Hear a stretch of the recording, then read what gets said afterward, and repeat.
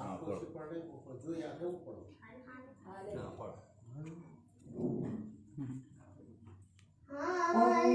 دل کس کو سنائے حال دل کس کو سنائے آپ کے ہوتے ہوئے حال دل کس کو سنائے آپ کے ہوتے ہوئے کیوں کسی کے در پہ جائیں کیوں کسی کے در پہ جائیں آپ کے ہوتے ہوئے میں غلام مصطفیٰ ہوں یہ میری پہچان ہے میں غلام مصطفیٰ ہوں یہ میری پہچان ہے مجھے کیوں کر ستائے مجھے کیوں کر ستائے آپ کے ہوتے ہوئے حال دل کس کو سنائے آپ کے ہوتے ہوئے اپنا جینا اپنا مرنا اب اسی طاقت پہ ہے اپنا جینا اپنا مرنا اب اسی طاقت پہ ہے ہم کہاں سنکار جائیں ہم کہاں سنکار جائیں آپ کے ہوتے ہوئے حال دل کس کو سنائے آپ کے ہوتے ہوئے آپ کا رب انت فیہم آپ سے کہہ رہا ہے آپ کا رب انت فیہم آپ سے کیوں انہیں محبوب سجائے کیوں انہیں محبوب سجائے آپ کے ہوتے ہوئے حال دل کس کو سنائے آپ کے ہوتے ہوئے حال دل کی سے کہے کون ہے آپ اپنا حال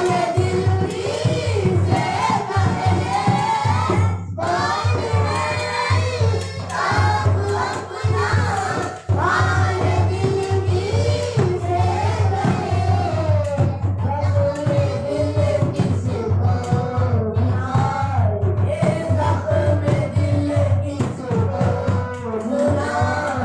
سنائے آپ کے ہوتے ہوئے حال دل کس کو سنائے آپ کے ہوتے ہوئے سبحان اللہ. امیر صاحب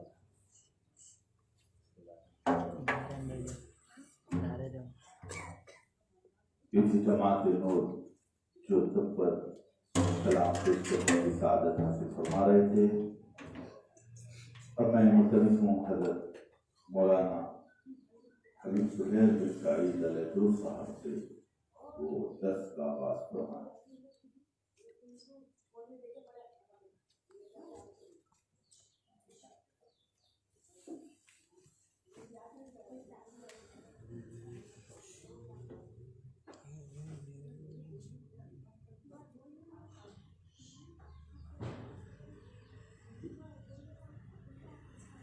الحمدللہ رب العالمین والصلاة والسلام على سید الانبیاء وشرف المرسلین وعلى آله الطيبين الطاهرين وأصحابه الأكرمين الأفضلين أجمعين. أما بعد أعوذ بالله من الشيطان الرجيم بسم الله الرحمن الرحيم معزز و مکرم میزبان مجلس نگران مجلس سعادات گرامی قدر حاضرین کرام و جميع ناظرین و سامعین السلام علیکم ورحمۃ اللہ وبرکاتہ. وعلیکم السلام ورحمۃ اللہ وبرکاتہ.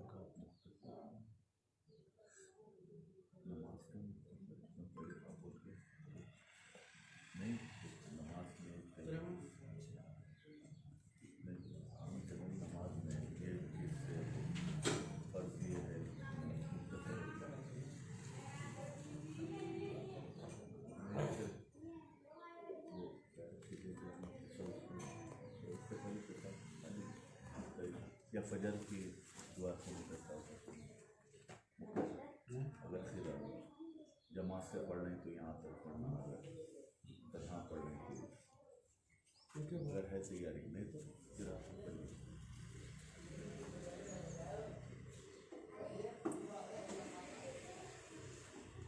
نماز کا بیان تو مکمل ہم ذکر کر چکے ہیں، اس کی تمام تفصیلات کے ساتھ.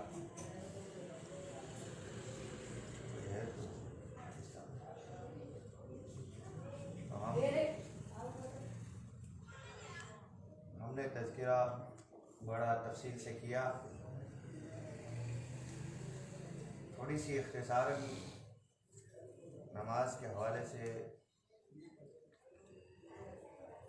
گفتگو یہی ہے کہ نماز کی جو فرائض ہیں وہ 14 فرائض آپ کے سامنے بیچ میں بھی کئی مرتبہ ذکر کی گئے، پہلے بھی ذکر کیے گئے. ان فرائض کے بغیر نماز بالکل ہو ہی نہیں سکتی، اور نماز جتنا ہو سکے اس کو احتیاط کے ساتھ پوری توجہ کے ساتھ میں پڑھنے کی کوشش کی جائے. اور نماز سے پہلے طہارت کا جو بیان گزرا ہے، تاکہ نماز اس کی ہوتی ہی نہیں ہے جس کے پاس طہارت نہ ہو. تو طہارت کے جو احکام مسائل بیان کیے گئے، وضو نہ ہو تو کیا، وضو ہو تو کیسا، وضو کیسے کیا جائے، اور وضو کن چیزوں سے ٹوٹتا ہے، یہ ذہن میں ہونا ضروری ہے. ورنہ آپ نماز پڑھ رہے ہیں اور آپ کو پتہ ہی نہیں ہے کہ آپ کا وضو نہیں ہے تو پھر نماز نہیں ہوگی. لا صلاۃ الا بالوضوء، کوئی نماز نہیں ہوتی بغیر وضو کے. اور الوضوء مفتاح الصلاۃ، کہ نماز کی کنجی اگر کوئی ہے تو وہ کنجی وضو ہے. وضو کے ذریعے ہی آپ نماز کی کنجی، یعنی کہ آپ جب تک نماز کوئی مقفل دروازہ ہے تو آپ اس وقت تک نہیں کھول سکتے جب تک کہ اس کے قفل کو نہ کھلایا ہے. تو اس کے قفل کو کھولنے کے لیے دروازہ کھولنے کے لیے آپ کو قفل کھولنے کی ضرورت ہے. اسی طرح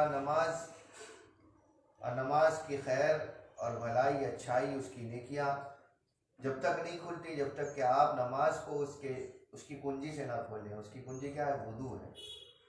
اور یہ وضو ایک ایسی چیز ہے جس کے بارے میں بھی بہت ساری فضیلتیں ہم نے وضو کے بیان میں بھی کی. ایک دو باتیں آج بھی کر دیتے ہیں تبرکاً، کہ حضرت سیدنا رسول اللہ صلی اللہ علیہ وسلم نے ایک مرتبہ حضرت بلال سے کہا کہ بلال، ایسا کون سا عمل ہے تمہارا کہ جس کی وجہ سے میں دیکھتا ہوں کہ رات میں خواب میں یہ دیکھتا ہوں کہ اللہ تعالیٰ نے تمہارے لیے جنت کے دروازے کھول دیے اور تم جنتوں میں سیر کر رہے ہو. تو ایسی کون سی چیز ہے کہ جس کو اللہ تعالیٰ نے تمہاری پسند کیا؟ ایسا کون سا عمل ہے کہ جو تمہیں اللہ تعالیٰ نے اس دنیا ہی میں جنت کی طرف حضور صلی اللہ علیہ وسلم کا خواب بھی وہی ہوتا ہے. تو حضور صلی اللہ علیہ وسلم کو خواب کے ذریعے سے باخبر کیا گیا کہ آپ کا غلام بلال بھی جنت میں ہے. تو کیا عمل ہے تمہارا؟ حضور تو وہ بھی جانتے تھے، پوچھنا اس لیے تھا کہ تاکہ لوگ سب حاضرین سن لیں. حضرت بلال نے کہا کہ رسول اللہ عمل تو کوئی خاص نہیں ہے، وہی جو کچھ آپ نے بتایا اسی پر عمل کرنے کی کوشش کرتا ہوں، گناہگار ہوں. لیکن بات یہ ہے کہ ہمیشہ اپنے آپ کو باوضو رکھتا ہوں. جب وضو ٹوٹ جاتا ہے نیا وضو کر لیتا ہوں، اور جب وضو کرتا ہوں وضو کے بعد 2 رکعت تحیۃ الوضو پڑھ لیتا ہوں. اس کو عادت بنایا ہوا ہے، جب بھی ایسا ہوتا ہے میں جدید وضو کر لیتا ہوں.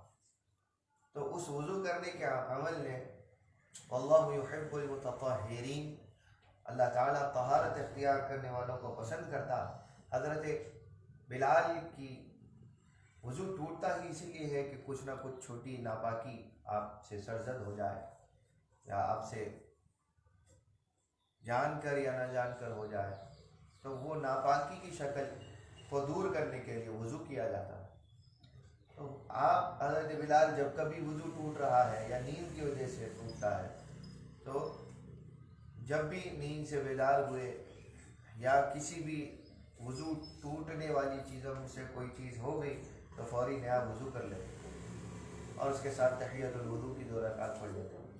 تو یہ عادت کہ ان کو ناپاکی میں زیادہ دیر رہنا پسند نہیں. حالانکہ ناپاکی سے مطلب وہ نہیں کہ آپ گندے ہیں، وضو ٹوٹ گیا، وضو کی جو ناپاکی ہے کہ جس سے وضو ٹوٹ جاتا. اب آپ کو وہ بھی اتنا گوارا نہیں تھا کہ آپ کا وضو ٹوٹا رہے، تو آپ چاہتے تھے کہ میں ہمیشہ باوضو رہوں، لہذا آپ جب کبھی وضو ٹوٹ جاتا نیا وضو کر لیتے. اس عمل نے آپ کو اللہ تعالیٰ کے پاس میں معزز اور اللہ تعالیٰ کی بارگاہ میں مکرم بنایا کہ اللہ تعالیٰ نے آپ کو جنتوں میں آپ کا اکرام کیا. حضور صلی اللہ علیہ وسلم نے یہ بھی ارشاد فرمایا ان الوضوء من حسن، کہ وضو میرے قلعوں میں سے قلعہ ہے، کہ جو کوئی وضو کر لیتا ہے اللہ تعالیٰ اس کو حفاظت عطا فرما دیتا ہے وساوس سے، شیطان کے حربوں سے اور دیگر خناسوں کے فتنوں سے. اس کے دل کو محفوظ کر دیتا ہے کہ جو ہمیشہ باوضو رہتا ہے یا وضو میں رہنے کی کوشش کرتا ہے. تو یہ ایسا مضبوط قلعہ ہے کہ جس کے بارے میں اولیاء و صالحین نے فرمایا کہ وضو میں رہنا صرف یہی فوائد کے لیے نہیں ہے، بلکہ کوئی آفت دنیاوی کو بھی بہت بڑا روکنے والا سبب بن جاتا وضو. اسی طرح شیطان کے مکر اس کے اوپر نہیں چلتے کہ جو باوضو رہتا، اور جو وضو میں رہتا ہے اللہ تعالیٰ اس کو خود بخود توفیق دیتا ہے کہ وہ اچھا گمان کرے، اچھا بولے، اچھا عمل کرے، تاکہ برے عمل کے ذریعے سے اس کا وضو نہ ٹوٹ جائے، یا کسی بری چیز کے ذریعے سے، بری چیزیں سوچنے سے اس کے وضو پر اثر نہ پڑے. اللہ تعالیٰ اس کو خود بخود دیکھ توفیق دیتا ہے کہ اس کا ذہن بھی صاف رہتا. تو باوضو رہنا اور وضو سب سے بڑی کنجی ہے نماز کے لیے. نماز وضو کرنے کے بعد نماز کے لیے جس بھی نماز کا وقت ہو اس کے لیے کھڑے، اس نماز کی نیت کریں. نیت کرنے کے ساتھ ہی اللہ اکبر، یعنی نیت کرنے کے بعد زیادہ فاصلہ نہیں دینا. نیت کر لی، اس کے بعد میں ادھر ادھر کسی سے کچھ بات کر لی یا کسی کے لیے انتظار میں کھڑے رہ گئے، تو نیت کے بعد فاصلہ ہونا یہ کراہیت ہے. نیت کے ساتھ ہی تکبیر تحریمہ کہیں اللہ اکبر، آپ کی نماز شروع ہو گئی. تکبیر تحریمہ کہنے کے ساتھ ہی دعائے افتتاح پڑھیں گے، یعنی انی وجہت وجہی للذی فطر السماوات آخر ان اول المسلمین انا من المسلمین تھا. پھر اس کے بعد سورہ فاتحہ، اس کے بعد ضم سورہ فاتحہ اگر کسی رکعت میں نہیں پڑھتے تو پھر نماز آپ کی نہیں ہوگی. سورہ فاتحہ سب سے اہم رکن ہے. تو سورہ فاتحہ، اس کے بعد ضم سورہ، ابتدائی 2 رکعتوں میں، فرض کی 2 رکعتوں میں سورہ فاتحہ کے بعد ضم سورہ پڑھا جائے گا. اگر 3 یا 4 رکعت والی فرض نماز ہے تو تیسری اور چوتھی رکعت میں سورہ فاتحہ کے بعد ضم سورہ نہیں پڑھا جائے گا. پھر رکوع کریں گے. رکوع کی تسبیح، رکوع سے اٹھتے وقت سمیع اللہ لمن حمدہ، رکوع میں جاتے وقت اور رکوع سے اٹھتے وقت تکبیر کہتے ہوئے رفع یدین کرنا، ہاتھوں کو کانوں تک یا کاندھوں تک اٹھا کر، اپنے کاندھوں تک اٹھا کر چھوڑ دینا، اس کو رفع یدین کہتے ہیں. تو رکوع میں جاتے وقت اللہ اکبر کہتے ہوئے رفع یدین کریں گے. نہیں کریں گے تو نماز خراب بھی نہیں ہوگی، کیونکہ یہ سنت ہے. لیکن جان بوجھ کر چھوڑنا، اس میں کراہیت ہے. غلطی سے چھوٹ گئی، کرنا بھول گئے رفع یدین، تو اس میں کوئی مضائقہ بھی نہیں. پھر سمیع اللہ لمن حمدہ کہتے ہوئے جب رکوع سے اٹھیں گے تو پھر رفع یدین کریں گے اور ربنا ولک الحمد، اور پھر تکبیر کہتے ہوئے سجدے میں جائیں گے. سجدے میں جاتے وقت کی تکبیروں میں آپ رفع یدین نہیں کریں گے. رفع یدین صرف رکوع میں جاتے وقت اور رکوع سے اٹھتے وقت. پھر 2 سجدے، دونوں سجدوں کے درمیان کی بیٹھک. پھر اس کے بعد دوسری رکعت میں دونوں سجدوں کے بعد تشہد میں بیٹھنا. تشہد میں تحیات پڑھنا. تحیات کے بعد اللہم صلی علی سیدنا محمد، اگر 3 یا 4 رکعت والی نماز ہے تو اللہم صلی علی سیدنا محمد کہہ کر رک جائیں اور تیسری رکعت کے لیے اٹھ جائیں تکبیر کہتے ہو. دوسری رکعت کے بعد جب تیسری رکعت کے لیے اٹھیں گے تب بھی رفع یدین کریں. جب کبھی تیسری رکعت کے لیے اٹھیں گے تو آپ دوسری رکعت کے ختم ہونے اور تیسری رکعت کے لیے اٹھتے وقت تکبیر تحریمہ کے ساتھ، تکبیر کہنے کے ساتھ رفع یدین کریں گے. تکبیر تحریمہ صرف وہ تکبیر جو نماز شروع کرتے وقت جب کہی جاتی ہے اس کو کہتے ہیں، باقی سب تکبیرات انتقالی کہلاتے ہیں. تیسری رکعت کے لیے جب اٹھیں گے تو پھر فرض نماز ہوگی تو صرف سورہ فاتحہ، اگر سنت یا نفل نماز ہے تو پھر سورہ فاتحہ کے بعد بھی ضم سورہ پڑھا جائے گا. تیسری یا چوتھی رکعت یا دوسری رکعت میں ہی 2 ہی رکعت والی نماز تھی، جیسے کہ فجر کی نماز، یا 3 رکعت والی مغرب کی نماز، یا عشاء کی، ظہر عصر کی نماز 4 رکعت والی، تو چوتھی رکعت میں 2 سجدے کرنے کے بعد، یا 2 رکعت والی نماز میں دوسری رکعت کے سجدے کرنے کے بعد، 3 رکعت والی نماز میں تیسری رکعت کے سجدوں کے بعد آپ بیٹھیں گے تشہد میں، التحیات پڑھیں گے، درود ابراہیم پڑھیں گے، اور اس کے بعد دعائے معثورہ پڑھیں گے. دعائے معثورہ کے ساتھ ہی سلام پھیریں گے. پہلا سلام پھیرتے ہی آپ نماز سے باہر آ گئے. پہلا سلام فرض ہے، دوسرا سلام سنت ہے. تو پہلا سلام پھیرتے ہی آپ نماز کے باہر آ گئے. ایک بار سلام پھیر دینے کے بعد پھر آپ کوئی بھولی ہوئی رکعت کے لیے اٹھیں گے نہیں، آپ نماز سے باہر آ گئے، ختم ہو گئی نماز. تو اب جو رکعت بھول گئے تھے اس کے لیے فوراً سجدہ سہو کیا جائے، اس کے بعد تشہد میں بیٹھا جائے، یا نہیں تو پھر نماز اس کو دہرایا جائے گا. تو دوسرا سلام پھیرنا سنت ہے. جان بوجھ کر چھوڑنا مکروہ ہے. اگر غلطی سے چھوٹ جائے تو پھر اس سے کوئی گناہ بھی نہیں ہوتا. آپ نے ایک سلام پھیر دیا تو بھی نماز ختم ہو گئی.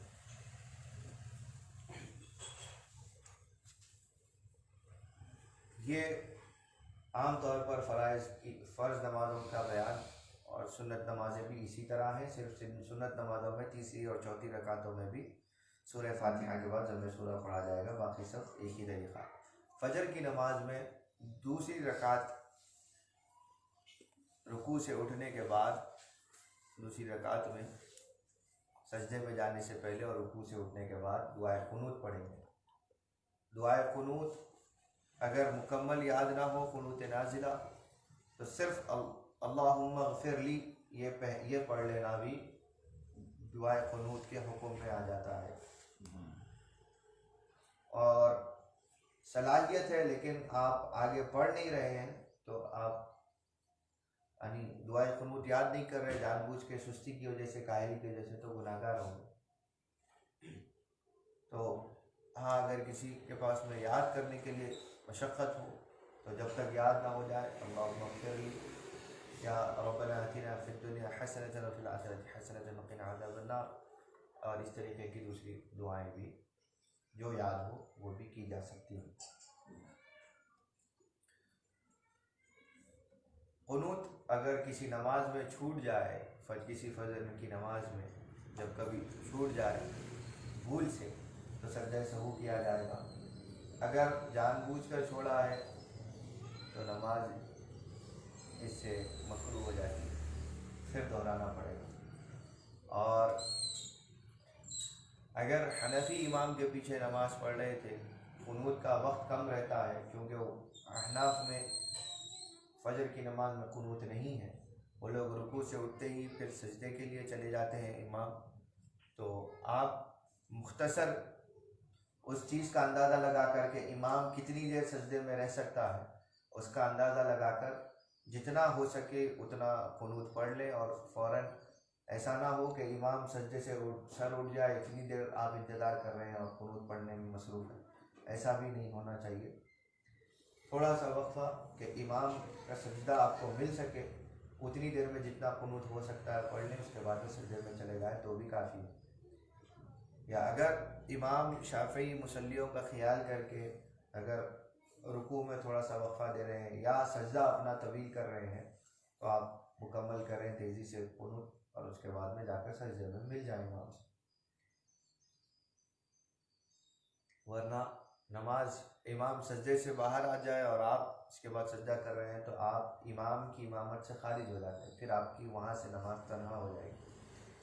اگرچہ کہ آپ جماعت میں رہتے ہیں لیکن آپ کی نماز تنہا شمار کی جائے گی۔ اب اگر امام سے آگے پیچھے ہو گئے اور تنہا شمار کی جائے گی یہ کہہ کر آپ اپنے اعتبار سے پڑھنے لگ جائیں گے تو پھر صف جماعت کے دوسری صفوں میں فتنہ ہونے کا اندیشہ ہے، تو آپ آگے پیچھے ہونے کے باوجود بھی پھر امام کی اتباع کر لیں، تیزی میں امام کے ساتھ مل جائیں، لیکن آپ کی نماز امام کی نماز کے سے علیحدہ ہو جاتی ہے۔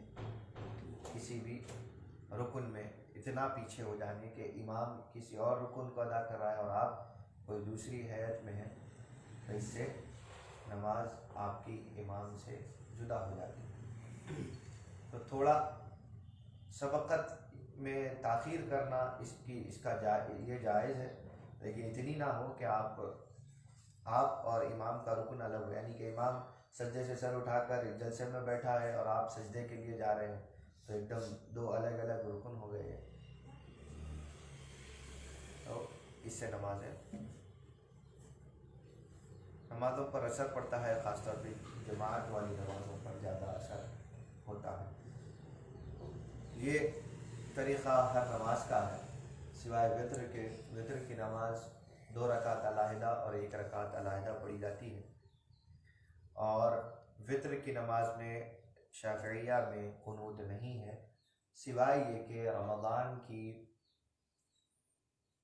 16ویں تراویح سے لے کر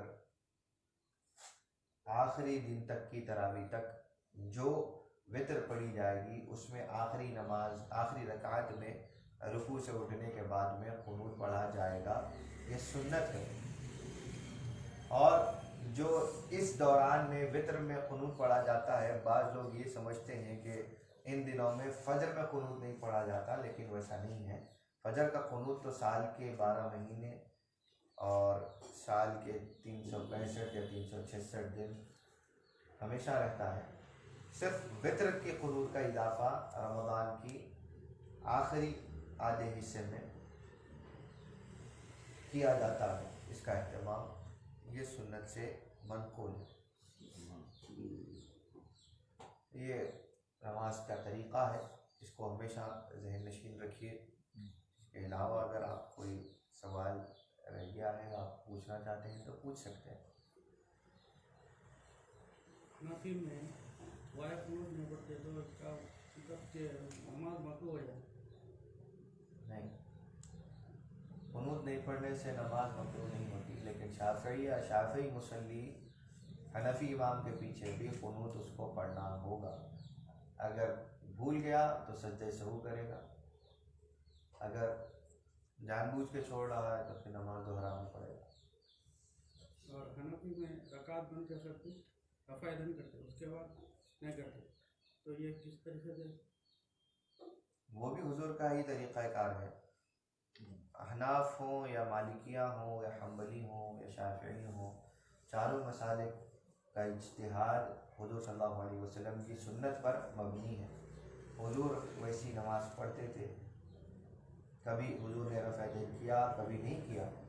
تو اگر حضور نے نہیں کیا سو اس روایات کو دیکھ کر اگر کوئی عمل کرے تو پھر حضور نے جو رفع دین جب کیا تھا، حضور کا ایک طریقہ تھا، وہ طریقہ ختم ہو جاتا، حضور کی وہ سنت باقی نہیں رہتی۔ ان کو باقی رکھنے کے لیے حضور صلی اللہ علیہ وسلم کے ان روایتوں پر کسی نے عمل کیا، کسی نے نہیں کیے جانے والی نماز کے اوپر عمل کیا جس پر رفع دین نہیں ہوتا۔ تو یہ علماء کے اجتہاد میں صحیح غلط تو اس کا فیصلہ کسی امتی کے حق میں نہیں ہے جب تک کہ وہ خود ایک مجتہد نہ بن جائے، اور وہ مجتہد بھی بننے کے دوران میں اس کو کسی نہ کسی امام کی اتباع ضروری ہوتی ہے۔ فقہا میں فقہ کو پڑھنے کے لیے، قرآن کے مسائل کو سمجھنے، سنت سے ان چیزوں کو ایکسٹریکٹ کرنے کے لیے ضرورت پڑتی ہے کسی نہ کسی کی تقلید کی۔ وہ تقلید کو ہی کہا جاتا ہے پیروی، جو آپ یا کبھی حنفی امام کی کرتے ہیں یا شافعی یا مالکی حنبلی، تو ایک زندگی کے طریقے کو کسی ایک امام کے طرز احکام جو انہوں نے قرآن اور سنت سے نکالے ہیں، تو امت کے اندر پہلے پھر یہ طریقہ نہیں تھا۔ ظاہر سی بات ہے، امام ابو حنیفہ، امام مالک سے پہلے کوئی فقہ کا کوئی ایک خاص طرز عمل نہیں تھا، تو پہلے ان سے پہلے کے لوگ کوئی مالکی یا شافعی نہیں تھے یا کوئی حنفی نہیں تھے، وہ سب حضور صلی اللہ علیہ وسلم سے سیکھے ہوئے تھے یا حضور کے صحابہ سے سیکھے ہوئے تھے۔ وہ اپنے آپ میں اجتہاد تھا ان کے پاس میں کہ ان میں جو علماء ہوتے تھے، ہر علماء کا طریقہ کار تھا قرآن و سنت سے چند چیزیں وہ اپنے علم اور اپنی محنت سے جو اللہ تعالیٰ نے ان کو فہم و فراست دی تھی، اس سے جو احکام نکالتے تھے، بیان کرتے تھے، اس طریقے پر عمل ہوتا تھا۔ دیکھا یہ گیا کہ اس طریقے کے ساتھ میں بہت سارے طریقے سمجھ میں آ رہے ہیں، لیکن حضور کی سنتوں کو جمع کر کے دیکھا گیا، اور چاروں مذاہب کا جب وجود ہوا تو ان میں دیکھا گیا تو علماء نے جو ہر کوئی اپنا اپنا ایک طریقہ رکھتا تھا، اس نے امت کی اجماعی سطح پر یہ کام ہوا کہ سب نے، اکابر علماء نے چار بڑے مذاہب کو دیکھا، چار بڑے ایسے علماء کو دیکھا کہ جن کا طریقہ اجتہاد کہ قرآن اور سنت سے مسائل کو سمجھنے کا جو طرز ہے ویسا طرز کسی اور میں نہیں ہے، تو سب علماء نے مل کر اپنے طریقوں کو بھی اسی طریقوں میں ضم کر دیا، اور چار طریقے اس کے اوپر اتفاق ہوا کہ یہ چاروں کا نہج جو ہے، طریقہ کار جو ہے، وہی سب سے زیادہ قریب قبول ہے، اور اس میں کسی دوسرے ذہن کو کے لیے کوئی راستہ ہی نہیں ہے کہ وہاں پر ان کی سمجھ اور ان کے طرز پر وہ انگلی اٹھا سکے۔ تو اتنا مضبوط جب مذاہب کا وجود آ گیا تو چاروں پر اتفاق کیا گیا، چاروں میں سے کسی ایک امام کی پیروی کرتے رہنا اور اپنی طریقے کو، اپنی زندگی کو ان کے بتائے ہوئے احکام کی سمجھ کے پیروی میں لگا دینا، اس کو تقلید کہتے ہیں.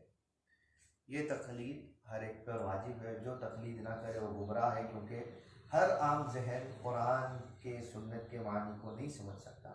کیونکہ قرآن کبھی ایک حکم دیتا ہے، کبھی ایک حکم دیتا ہے. اس کو سمجھنا، اس کو پڑھنا یہ عام تو عام ہے، ہر عالم کے بس کی بات نہیں ہے کہ وہ اس کو احکام کو گہرائی کے ساتھ سمجھ کر ایک بات بتا. اسی لیے علماء کو بھی تربیت کر کے پھر مناسب افتاء پر بٹھانا، اس کے پیچھے بہت سارا کام ہوتا ہے. اور اس کی حکمت یہی ہے کہ وہ کسی مفتی کے، کسی مجتہد کے جو ہے صحبت میں رہ کر سیکھے کہ قرآن اور سنت سے کیسے فیصلے کیے جاتے ہیں. جبکہ حالات بدل جائے، منظر بدل جائے، مقام بدل جائے، انسان بدل جائے، ہر ایک کیفیت الگ ہو جاتی ہے، تو کیا کیا جائے؟ پہلے زمانوں میں گاڑی نہیں تھی، گاڑی میں نماز پڑھنا کیسا؟ ہوائی جہاز نہیں تھے، ہوائی جہاز میں ہے تو نماز کا کیا حکم ہے؟ اب قرآن میں تو اس کا ذکر نہیں ہے، سنت میں نہیں ہے، تو قرآن اور سنت کو ہی اپنا پیش نظر رکھ کے اس سے احکام نکالے کیسے جائیں. وہ طریقہ مجتہدین، ان کو مجتہد کہتے ہیں کہ جو وہ درجے پر پہنچتے ہیں. ایسے بہت سارے واقعات ہیں. تو اجتہاد اس لیے ضروری ہے اور ان کی تقلید بھی اس لیے ضروری ہے. اس کے بعد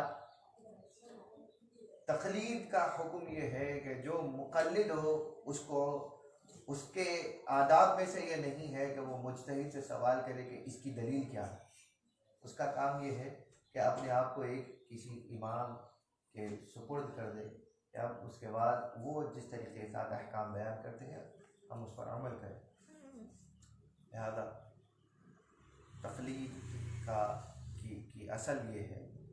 اس کے علاوہ بہت ساری باتیں ہو سکتی ہیں اس میں. حضرت اس سے مطلب نمازوں سے ہٹ کے سوال تھا، ایک آیا تھا کہ جمعے کے دن سورہ کہف یعنی آخر کب وقت تک، یا جمعے سے قبل پڑھنا ہے یا مغرب سے قبل؟ بہتر ہے کہ شب جمعہ کو سورہ کہف پڑھا جائے، یا جمعہ فجر کے بعد سے لے کر جمعہ سے پہلے تک پڑھا جائے، اور یہ بہتر افضل اوقات ہیں.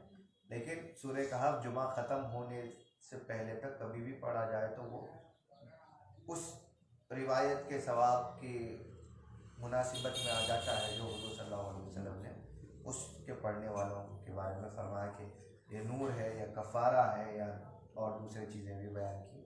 ایک جمعہ سے دوسرے جمعہ کے درمیان یہ نور بن جاتا ہے پڑھنے والے کے لیے، یا ایک روایت میں ہے کہ یہ کفارہ بن جاتا ہے گناہوں سے وغیرہ وغیرہ.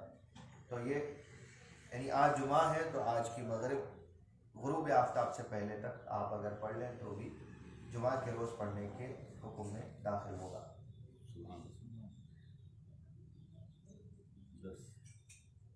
تو چند فقہی مسائل کے گوشہ گزار کرنے کے بعد کبریت الاحمر کے ہم درس کے تسلسل کی طرف بڑھتے ہیں. سیدنا امام العیدروس ارشاد فرماتے ہیں: قال المصنف رحمه الله المقام السابع الخوف. وكان أبو بكر الصديق رضي الله تعالى عنه إذا تنفس يشم منه رائحة كبد المشوية. وكان بعضهم إذا غلب عليه الخوف في الخلوة رجع إلى السوق، ولم يزل كذلك إلى أن تمكن وقوى وآذن له في الاجتماع والصحبة، وصحب الناس وانتفعوا به. ومن ذلك عن بعضهم أنه كان إذا غلب عليه الحال ركب فرسه وأتى امرأته فيسكن ما به. 6 مقامات کا تذکرہ کر چکے تھے، جو مقامات یہ مکتسب کہلاتے ہیں کہ ان مقامات کو مرید ایک سالک جو اللہ تعالیٰ کی طرف سفر کو شروع کیا ہوا ہے وہ اس دوران ان مقامات کو حاصل کرے اور ان کو حاصل کرنے کے لیے محنت کرے. تو 6 مقامات کا تذکرہ کر چکے تھے. 7ویں مقام خوف ہے، اور یہ خوف ایسی چیز ہے کہ جب تک کسی بندے میں نہ ہو تب تک بندگی نامکمل ہے، کیونکہ ایک بندہ جب تک اپنے مالک سے ڈرے نہ، اس سے خائف نہ ہو، اس کے عذاب اور اس کی ناراضگی کا اس کو جو ہے نا اندازہ نہ ہو، تو پھر یہ چیز بندگی کے اندر نکھار پیدا نہیں کرتی کہ جب بندہ کسی سے ڈرے ہی نہ تو پھر وہ کبھی بھی غلطی کر سکتا ہے، کبھی بھی گناہ کر سکتا ہے، اور اس کو خوف ہی کوئی نہیں ہے اور اللہ تعالیٰ کی طرف سے کوئی عذاب مقرر نہیں ہے، تو پھر وہ تو آزاد ہو جائے گا۔ تو آزادی دیتے ہوئے آزادی کو ختم بھی نہیں کیا، اور آزادی دیتے ہوئے چند چیزوں پر احکام لگا کے رکھ دیے کہ ہاں اگر تم اس راستے پر ہو تو دیکھو یہ تمہیں یہ عمل کرنا ہے، یہ عمل کرنا ہے، تو مسلمان ہو تمہارے اوپر یہ احکام ہے، تمہارے لیے یہ جائز ہے، یہ ناجائز ہے، اگر ناجائز کرو گے تو یہ گناہ ہے، اس گناہ کی سزا یہ ہے، حلال کرو گے تو حلال کا تمہیں یہ ثواب ہے، تمہیں یہ جزائیں دی جائیں گی، تمہیں یہ انعامات دیے جائیں گے۔ یہ اگر مقرر نہ کیے جاتے تو بندوں کو کسی چیز کا خوف ہی نہیں ہوتا۔ جس کو کسی چیز کا خوف نہ ہو وہ ایسا آزاد بن جاتا ہے کہ پھر وہ جو من میں آتا ہے وہ کرتا ہے، اس کو بندہ نہیں کہتا۔ بندگی کے اندر سب سے بڑا ایک اہمیت کا پہلو خوف ہے کہ بندہ اپنے مالک سے ڈرے، بیٹا یا اولاد اپنے ماں باپ سے ڈرے بھی، ان سے محبت بھی رکھے۔ خالی ڈریں گے کسی سے بھی وہ بھی وحشت ہو جاتی ہے، اور اللہ تعالیٰ کو وحشت بھی نہیں پسند۔ خالی محبت کر رہے ہیں یا آرزو میں ہے کہ یہ ہو جائے، یہ ہو جائے، آپ چاہے جو کریں، آپ کے اوپر خالی انعام ہو، تو پھر یہ زندگی بغیر اصول والی زندگی ہو جائے۔ ایسوں کی زندگی کہ جس کے پاس میں کوئی لمیٹیشن نہ ہو، کوئی چیز کے اوپر حد نہ ہو، وہ بے حد ہو جائے، تو پھر بے حد کی مثال اس گھوڑے جیسی کہ جس کو کوئی لگام نہیں ہوتی، جس کے پاس کوئی لگام نہیں ہوتی، ایسے گھوڑے پر بھی کوئی بھی نہیں بیٹھتا، ایسے گھوڑے کی سواری کوئی نہیں کرتا جو بے لگام رہتا۔ تو لگام لگائی اسی لیے جاتی ہے کہ اس کے اوپر بیٹھا جا سکے۔ تو جب زندگیوں میں پابندی آتی ہے، خاص طور پہ آپ لوگ اس بات کو، اس ذہن کو لے کر رکھیے کہ یہ لمیٹیشنز لگانا، آج کل ایتھیزم، لبرلزم کے نام پر ایتھیزم کی طرف دھیریا بنایا جا رہا ہے لوگوں کو، آزادی رائے، آزادی خیال کے نام پر جیسا چاہے ویسا عمل کرتے پھرے، جیسے چاہے ویسے زندگی گزارے۔ تو بے مقصد اور بے اصول زندگی، ایسوں کی زندگی کو بھی دیکھیے آپ، منع تو نہیں کریں گے کہ دیکھیے آپ جو لوگ ہیں ایتھیسٹ ہیں، جو لوگ دھیریے ہیں، ان کو دیکھیے آپ، ان کی زندگیوں کو دیکھیے، نہ کوئی روکنے والا، نہ کوئی روکتا ہے، نہ کوئی ان کو کچھ کہتا ہے، نہ انہیں کسی کا خوف ہوتا ہے، نہ وہ کسی خدا کو مانتے ہیں، نہ اپنے سے کسی بڑے کی کوئی بات کے زد میں رہتے ہیں۔ ایسوں کی زندگی اور آپ اپنی زندگی میں دیکھیں کہ فرق کتنا آ جاتا ہے کہ ویسوں کے ساتھ کوئی نہیں رہتا، ان کے ہم خیال رہتے ہیں، لیکن ان کے ہم خیالوں کو بھی جو خود پہلے سے ایتھیسٹ ہے، پھر ان کو بھی کچھ رہتا ہے کہ نہیں ایسا نہیں، ایسا ہوتا، کوئی نہ کوئی منظر ایسا آ جاتا ہے کہ جہاں پر نہیں، ایسا نہیں، تم ایسا کرنا چاہیے۔ تو یہی ایسا نہیں ایسا کرنا ہی پابندی ہے۔ جس کا انکار کرتے ہیں وہ خود روزمرہ کی زندگی میں پابندی کہیں نہ کہیں سے آتی ہے، تو وہ بے اصول زندگی کہیں نہ کہیں بے چین رہتی ہے، اور وہ بے چین زندگی کو ایک طریقہ حیات کی ضرورت ہے۔ اور ساری دنیا کے مذاہب میں اگر بہترین طریقہ حیات کسی نے دیا تو اسلام ہے، جس کو آج یورپین کنٹریز بھی مانتی ہیں، اور اسی وجہ سے اسلام سب سے زیادہ تیزی سے پھیلنے والا مذہب اگر کہیں ہے تو وہ اسلام ہی ہے۔ کیوں کہ وہ ہر طریقے میں دیکھ رہے ہیں کہ اسلام نے جو قوانین دیے ہیں وہ قوانین کس لیے ہیں؟ یہ اسلام کے دائرے میں رہنے والوں کو یہ پابندی کیوں ہے کہ نماز نہیں پڑھنے سے ڈرتے کیوں ہیں، حرام کھانے سے کیوں ڈرتے ہیں، کسی پر ظلم کرنے سے کیوں ڈرتے ہیں؟ اس پر ریسرچ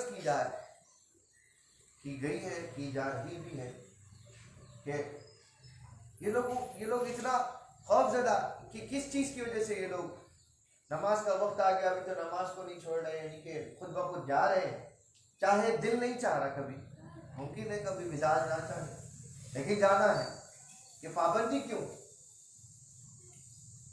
تو معلوم ہوا کہ انہیں کسی چیز کا خوف کیا ہے؟ تو وہ اپنے رب سے جس پر ایمان رکھتے ہیں، جس سے عقیدہ ہے کہ یہ ہمارا خدا ہے، اس سے ڈر رہے ہیں۔ کیوں ڈر رہے ہیں؟ کہ کہیں وہ ان کو عذاب نہ دے۔ وہ عذاب کیوں دے گا؟ وہ یہ کیوں مانتے ہیں کہ عذاب دے گا؟ تو وہ ان کا ایمان کہتا ہے کہ وہ ایک ان کا خدا ہے جو نظر نہیں آتا، لیکن آئے گا نظر کبھی جنت میں، موقع ہوگا، مومنین کو دیدار کرائے گا، لیکن دنیا میں تو نہیں کرایا ہے۔ لیکن اس نے اپنے ایک ایسے پیغمبر کو بھیجا کہ جن کو سب نے مانا، اور ان کے کہنے پر اس خدا سے ڈرتے بھی ہیں، اس خدا کے احکام کو مانتے بھی ہیں، دبے ہوئے رہتے ہیں۔ ہر زندگی کے غلط قدم اٹھانے سے پہلے ارے نہیں یہ تو غلط ہو جائے گا، تو اس کی اجازت نہیں ہے، لہٰذا یہ نہیں کرو، یہ کرو۔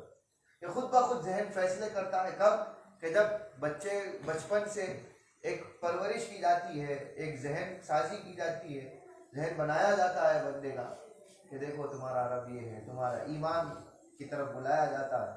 جب ایمان جامد ہو جاتا ہے تو پھر کہیں بھی چلے، تو کسی مسئلے کے بارے میں معلوم نہیں ہوتا تو بھی پوچھنا بہتر سمجھتا ہے کہ یہ جو کر رہا ہوں صحیح ہے یا غلط ہے۔ تو یہ جو رجوع ہے اور یہ خوف ہے، یہ خوف بندگی کی اصل ہے۔ اگر یہ خوف نہ ہوتا تو پھر بندہ جو چاہے وہ کرتا، جو چاہے وہ کرتے ہیں وہی سب سے زیادہ بے چین ہے۔ ان کو اطمینان چاہیے، تو اس اطمینان کے لیے وہ پھر واپس لوٹ رہے ہیں کہ مسلمان بن جائے۔ اور جو لوگ مذاہب سے، اسلام ہی نہیں دوسرے مذہبوں سے بھی لوگ دور کر کے دھیریا بنا رہے ہیں دوسروں کو اپنے دلیلوں کے ذریعے سے، وہ بناتے جا رہے ہیں، لیکن جو پہلے سے ٹکے ہوئے ہیں وہ پھر بے چین ہو کر واپس کسی نہ کسی مذہب کی طرف رجوع کر رہے ہیں۔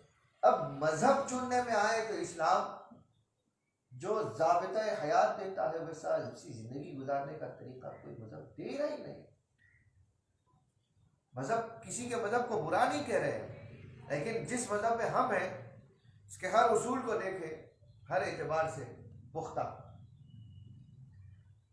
افسوس یہ ہے کہ اس کی پختگی کو ثابت کرنے والے بہت کم رہ گئے، کہ خود اس کے قوانین کو ہم نہیں سمجھ رہے، ہم سمجھنے کی کوشش نہیں کر رہے، تو لہٰذا ایک اٹھتے ہیں کہتے ہیں کہ نہیں 3 طلاق کا مسئلہ ہے، اس میں جو ہے نا اس کے اندر ظلم ہے عورتوں کے لیے۔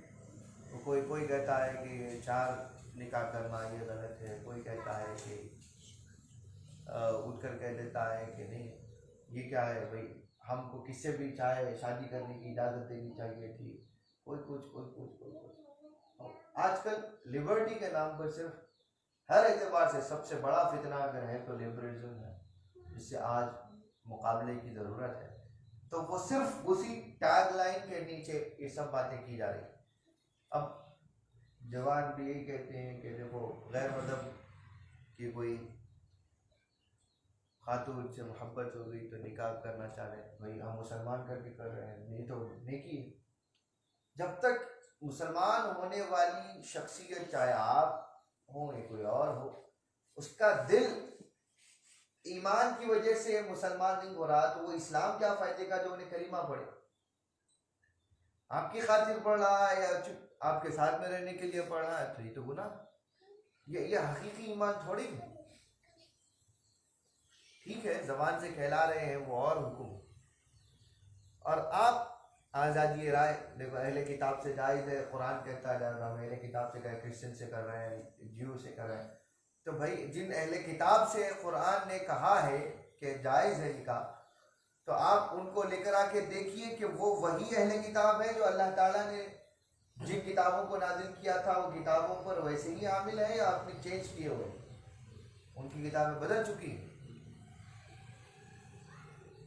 خود عیسائیوں میں جو آج ان کا اجماع ہے، وہ تحریف شدہ کئی کتابیں تھیں، سینکڑوں کی تعداد میں تھی، 125 135 سے کم ہوتے ہوئے 54 پر آئے تھے، 52 پر آئے، 40s میں آئے، پھر اس کے بعد میں آخر میں 25 پر آئے تھے۔ اب 16 ٹیسٹمنٹس پر 16 کتابیں ہیں جس کو وہ صحیح مانتے ہیں، تو 16 میں سے کوئی بھی صحیح ہو سکتی ہے، کون سی صحیح ہے وہ بھی نہیں بول سکتے۔ تو اہل کتاب کون ہے؟ تو صحیح شدہ، صحیح نازل شدہ وہ کتاب کون سی ہے؟ میں یہ صرف خوف کو ثابت کرنے کے لیے بتا رہا ہوں۔ اگر خوف ہوتا ان کے پاس تو کبھی تحریف نہیں کرتے، کبھی قرآن، کبھی اپنی اپنی نازل شدہ کتابوں کے اندر غلطی نہیں کرتے کہ خدا کا حکم ہے کیسے کریں۔ تو جہاں پر خوف نہیں ہوتا وہاں احکام بدل جاتے ہیں۔ اب ٹھیک ہے، مان لیا جائے کہ چلو کسی قانون، کسی مذہبی قانون کی، کوئی بھی مذہبی قانون کی پیروی نہ کریں، چلو ٹھیک ہے، مان لیا، آپ کو آزادی ہے، آپ انسان پیدا ہوئے، آپ خود سے خود انسان بن گئے، سب یہ ایتھیزم کا تو یہی ہے تصور، خود بخود بن گئے آپ، ٹھیک ہے چلو بن گئے، مان لیا کہ کسی بھی حکم کی ضرورت نہیں ہے، سب چیز کی آزادی۔ تو بتائیے اگر اس آزادی کو بھی مان لیں تو بتائیے کانسٹیٹیوشنز کیا کر رہی ہیں؟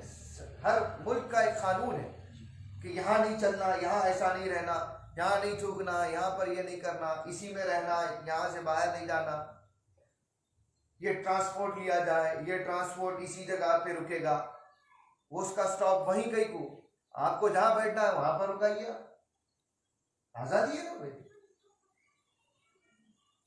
تو معلوم کیا ہوتا ہے، یہ سب چیزوں کو دیکھ کر پھر اس نے آپ کے ساتھ غلط کیا، آپ اٹھائے مار دیں تو پھر آپ کو بھی لے جاتے ہیں، جیل میں ڈال دیتے ہیں، کہتے ہیں کہ آپ نے غلط کیا، یاد آپ کو جیل میں، تو آپ کہتے ہیں کہ دفاع میں اس نے میرے ساتھ یہ کیا تو میں یہ کر رہا ہوں، تو وہ کہتے ہیں کہ تو آپ کا کام تھا آ کر ہمارے پاس کمپلین کرتے اور ہم اس کے ساتھ جو معاملہ ہے وہ کرتے۔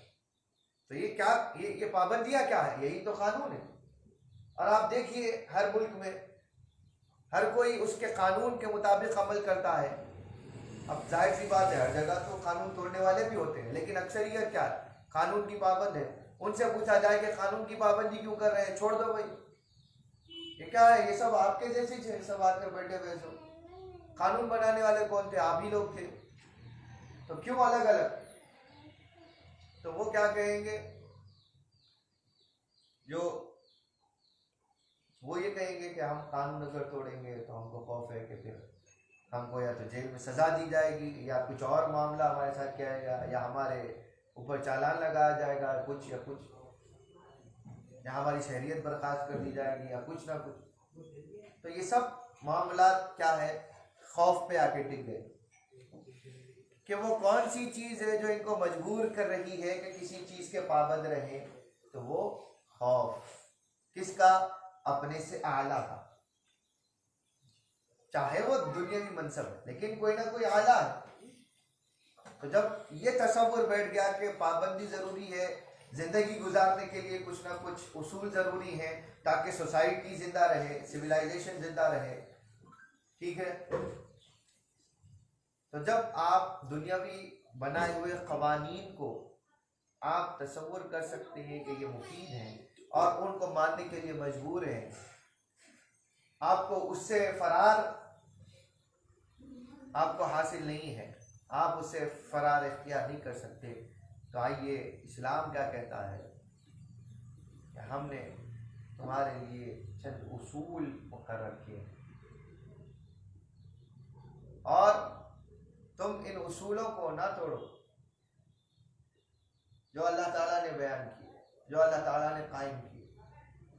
یہ اصول ایک ہی چیز پر جمے ہوئے ہیں، اتقوا اللہ، اللہ سے ڈرتے رہو، اللہ کا خوف اختیار کرو۔ 1,00,000 کم و بیش 25 سے 40 ہزار انبیاء آئے، کم و بیش 1,25,000 یا 1.5 لاکھ انبیاء جتنے بھی ہوں آئے. بتائیے کہ آدم سے لے کر حضور صلی اللہ علیہ وسلم تک آئے ہوئے انبیاء میں ایسے ایسے معجزے دیے گئے کہ ساری امتیں اپنے اپنے وقت کی انگشت بدندہ رہ گئی، حیرت زدہ رہ گئی، ان کو ماننے پر مجبور ہو گئی. کون سی چیز نے ان کو مجبور کر رکھا تھا ان انبیاء کو کہ انہوں نے اپنے آپ کو خدا نہیں کہا؟ وہ اللہ کا خوف ہے کہ جو اللہ کے انبیاء کو خدائی کا دعویٰ کسی نے نہیں کیا. ساری کائنات ان کے دستے بازو میں دے دی گئی کہ تم جیسا چاہو اس کو پھیرو، سب چیز ہے، ہر کوئی جھکا ہے ان کا نام لیے بغیر. اللہ تعالیٰ کے پاس مقبول نہیں ہو رہا، لیکن اس کے باوجود وہ خود کو خدا نہیں کہتے. وہ چاہتے تو وہ کہہ دیتے کہ ہم خدا ہیں. تو اتنے معجزات دیکھنے کے بعد میں کیا ہے، کون شک کر سکتا؟ انسانی ذہن تو چاہتا ہی یہ ہے کہ کسی نہ کسی کو خدا بنا کر مان لے، کہ خدا کو ایک ظاہری محسوس میں دیکھے. اور اتنے سب چیزیں ہونے کے بعد تو کوئی بھی چاہے گا.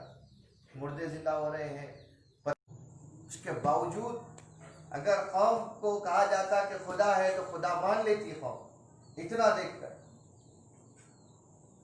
لیکن کہتے ہیں کہ انا عبد اللہ و رسول، میں اللہ کا بندہ اور اس کا رسول. کس چیز نے یہ چیز کہ انبیاء کو بھی خدا کا خوف، بغیر اس خوف کے انبیاء، آپ کہیں کہ آپ یہ کیسی بات ہے کہ انبیاء کو اتنا خوف تھا، یا انبیاء ایسی بات کر، انبیاء سے کبھی تصور کیا ہی نہیں جا سکتا کہ وہ یہ بات کریں گے. پہلے تو عقیدہ یہی ہے، لیکن کیا جا سکتا تھا لیکن نہیں کرتے. ٹھیک ہے، انبیاء چاہتے تو کر سکتے تھے لیکن نہیں کرتے. محفوظ ہیں، معصوم عن الخطا، معصوم عن الخطا ہے، خطاؤں سے پاک پیدا کیے گئے. اللہ نے ان کو معصوم رکھا. وہ چاہ کر بھی گناہ کر سکتے ہیں ایسا تصور کیا جائے، لیکن وہ چاہت ہی نہیں رہتی ان کے پاس گناہ، اور خوف زدہ رہتے ہیں ہمیشہ. چاہتے تو ایک آدھ وقت کی نماز چھوڑ دیتے. کیا رسول اللہ کی زندگی میں دیکھیے کوئی نماز چھوڑے؟ نہیں چھوڑے. میں حبیب ہوں، اللہ کا نبی ہوں، میرے سے کوئی سوال نہیں کر سکتا. تم کو پابندی ہے کہ میں نے جیسا کہا ہے ویسا کرو. لیکن پلٹ کر میرے سے آج کل کے پیروں کا وہی کام ہے. پیر صاحب کے بارے میں ارے نہیں پوچھو. اور کیا معلوم پیر صاحب ہمارے حرم میں جا کے پڑھتے ہوں گے مدینے میں. واہ واہ، رسول اللہ ایسا نہیں کیے تو آپ جو ہے نا یہ آج کل کے پیرا ان کے بارے میں پوچھتے کہاں پڑھتے. مرید آج کل ایسے ہی چھوڑ گئے. ارے کیا لے کے بیٹھے آپ دونوں، کہاں پڑھ رہے؟ مسجد میں ٹھہرے ہوئے، پیر صاحب کی مسجد ہے، پیر صاحب ٹھیک ہے کہیں مصروف ہے یا کہیں اور پڑھ چکے ہیں، یہ بات ہو سکتی ہے. ارے ان کے بارے میں پوچھتا کہاں پڑھ رہے؟ غلط بات ہو گئی. ایسا خوف ان کو نہیں ہے. جن کی امت اور جن کی امت میں اپنے آپ کو پیر بنا کر بیٹھے ہوئے ہیں، جن کے کلمے کے تحت وہ لوگ اپنی حدود بھول گئے، تو یہ ہو جاتا ہے حال. جب خوف سے بے خوفی ہو جاتی ہے تو یہ حال ہو جاتا ہے کہ خود کے اوپر سوال کوئی نہیں ہوگا. وہ چاہیں گے تو سب سے سوال کریں گے. تو امت کا خسارہ، یہ امت اتنی گندی ہو چکی ہے اسی وجہ سے کہ جو اپنے آپ کو بڑا بنا کر بٹھائے ہیں وہ غلط ہے، اور اس امت نے جس کو اپنا بڑا بنا ہوا، یہ امت کا بھی قصور ہے کہ غلط لوگوں کو اپنا بڑا بنا کر بٹھائے رکھا. تو خوف ایسی چیز ہے کہ جو آپ کو آمادہ کر رکھا ہے کہ پابندی کی جائے. یہ خوف آپ کو آمادہ کر رکھا ہے کہ آپ کو قوانین کی حفاظت کرنا ہے، چاہے آپ کسی مذہب کے ہوں یا نہ ہوں. تو بہتر یہ کیوں نہیں ہے کہ آپ اپنے آپ کو کسی خدائی طرز کے خدائی راستے کی طرف آئیں، ڈھونڈے خدا کا راستہ کہ جس میں خدا کے بھی کوئی اصول ہو۔ ایسے ذہنوں کو جب دعوت دی جائے تو سب مذاہب کو پڑھنے کی اجازت دی جائے، جب پورا پڑھتے ہوئے آتے ہیں تو سب سے صحیح ترین مذہب اور راستہ قرآن سنت کا اور اللہ کا راستہ نظر آتا ہے کہ جس میں کہیں بھی سوال کی گنجائش نہیں۔ سوال اٹھ سکتے ہیں، اس کا جواب کسی کو نہیں معلوم ہو، ایسا ہو سکتا ہے، لیکن ڈھونڈے کہ جو اس سوالات کا جواب دے سکے، اس کو ریشنلائز کر کے بتا سکے کہ ہاں اس کا یہ حکم ہے تو کیوں ہے۔ جب یہ ہو جائے گا، جب یہ راستہ پاک صحیح طریقے کے ساتھ میں بتا دیا جائے گا، تب امتوں کو دیکھا جائے، تب قوموں کو دیکھا جائے تو سب بیک وقت یہ کی زبان ہو کر کہیں گے، کلمہ شہادت پڑھیں گے، جیسا کہ سیدنا امام مہدی علیہ السلام کے وقت میں ساری قرۂ ارضی مسلمان ہو جائے گی۔ پھر بعد میں فتنے ہوں گے آپ کے بعد، پھر کافر ہو جائیں گی، وہ اور بات، لیکن وہ کون سی چیز ہوگی کہ ساری قوموں کو ایک مذہب پر جمع کرے گی؟ تو یہی کہ ان کا مقابلہ کیا جائے، کہ جو اعتراضات اس دین پر اٹھتے ہیں ان کا سامنا کیا جائے اور صحیح ترین انداز سے کیا جائے، کرنے والے بھی خوف زدہ رہیں خدا سے، تو تب جا کر طریقے ویسے وضع ہوتے ہیں۔ اور یہ قانون بتایا ہے، آج کل قانون ساز جو ہوتے ہیں یا قانون دان جو ہوتے ہیں، وہ لوگ خود قانون جب دل میں آتا ہے توڑ دیتے ہیں، اپنے اپنے مقاصد کے لیے قانون کو توڑا جاتا ہے۔ بڑے بڑے قانون کے محافظ جو بن کر آج بیٹھے ہوئے ہیں وہ لوگ بھی قانون توڑتے ہیں، کیوں کہ وہ خود قانون بنانے والے یا قانون کے محافظ ہیں۔ تو ان کے لیے کہیں کسی کا مسئلہ ہے تو بھائی یہاں پر یہ ہمارا ہے تو کہہ دو، تو پھر وہ جو ذمہ دار ہیں ماتحتین ان کے لیے آسانی پیدا کر دیتے ہیں کہ کیا تو ہم ان کے نیچے ہیں، ہم ان کے ماتحت ہیں، اب وہ کیا بھائی سی ایم صاحب ہے یا پی ایم صاحب ہے، جو بھی ہے جدھر کے بھی، کیا ان کی بات ہے تو ہم ایسے ہو جائیں۔ تو یہ لوگ حکم توڑ دیتے ہیں، اسی لیے قوم بھی حکم توڑنے والی رہ جاتی ہے۔ اختیار کر کے حکومت کرتے ہیں، ان کی حکومتیں بھی ایسی ہوتی ہیں کہ ساری قوم بھی تابعدار رہتی ہے، فرما بردار رہتی ہے۔ حضرت ابوبکر رضی اللہ عنہ کا یہ حال تھا کہ سیدنا صاحب کتاب بیان فرماتے ہیں کہ آپ اس قدر اللہ کا خوف رکھنے والے تھے کہ ان کی ذات، ان کے جسم مبارک سے بھونے ہوئے کلیجے کی خوشبو آتی تھی، یعنی اتنا اللہ تعالیٰ کا خوف اور خشیت میں مبتلا رہتے تھے، اتنا اللہ تعالیٰ کے خوف میں روتے تھے کہ آپ کا کلیجہ ہی بھونے ہوئی کلیجے کی جیسی مانند ہو گیا تھا کہ جس سے بھونے ہوئے کلیجے کی کیسی بو آتی ہے ویسی بو آتی تھی آپ کے پاس۔ حضور صلی اللہ علیہ وسلم راتوں کو جب عبادت کے لیے اٹھتے تو فرمایا، سیدہ عائشہ صدیقہ رضی اللہ عنہا اور دیگر صحابہ نے بھی یہی بات کہی کہ حضور صلی اللہ علیہ وسلم کے سینے مبارک سے ایسی آواز آتی جیسے کہ آپ کوئی کوکر یا کسی برتن میں آپ پانی ڈالیں اور پانی کھول رہا ہو تو جیسی آواز آتی ہے، حضور کے سینے مبارک سے ویسے کھولتے ہوئے پانی کی آوازیں آتی۔ کیا وجہ ہے کہ اتنا روتے، اتنا خوف کس لیے؟ اللہ تعالیٰ کے حضور حالانکہ گناہوں سے پاک پیدا کیے گئے لیکن پھر بھی ڈرتے تھے اللہ تعالیٰ۔ حضرت ابوبکر صدیق رضی اللہ عنہ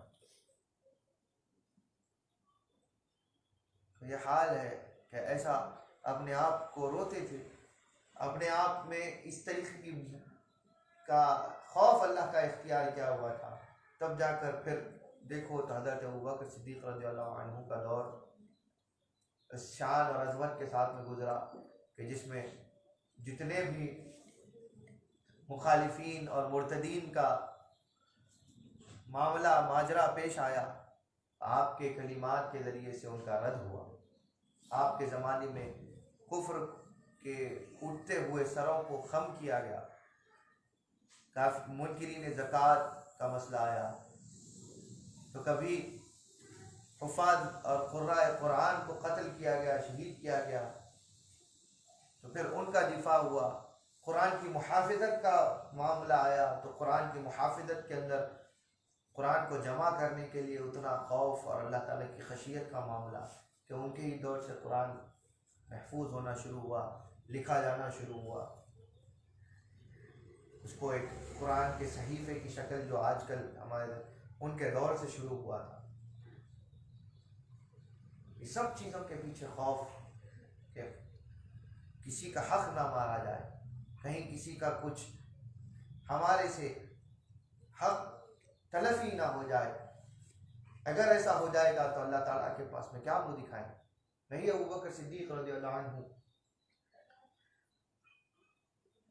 کہ حضور صلی اللہ علیہ وسلم جب معراج سے واپس آئے اور حضرت عائشہ صدیقہ رضی اللہ عنہا سے ایک مرتبہ خوش ہوئے تو پوچھا، کہا کہ اے عائشہ مانگو، تم کیا پوچھنا چاہتی ہو پوچھو، میں تمہیں جواب دینے کے لیے تیار ہوں۔ جو پوچھنا چاہتی ہو پوچھو، جو مانگنا چاہتی ہو مانگو، دینے کے لیے تیار ہوں۔ مرتبہ دریائے رحمت جوش میں حضور کا ہے۔ اب سیدہ عائشہ نے کہا کہ یا رسول اللہ اگر موقع دیں تو میں آپ کو تھوڑا سوچ فکر کے بعد بتاؤں، مشورے کے بعد بتاؤں۔ حضور نے اجازت دی، کیونکہ آپ جب دینے کے عطا آپ کی مائل بکرم ہے تو ایسے ہی کچھ زبان سے نکل جائے ضروری نہیں، تو میں چاہتی ہوں کہ ایسی چیز مانگوں جس کا کوئی معنی رہ جائے۔ لہذا اپنے والد کے پاس بھی پوچھا کہ بابا رسول اللہ صلی اللہ علیہ وسلم نے آج یہ بات کہی تو آپ کچھ تجویز کیجئے کہ کیا پوچھوں۔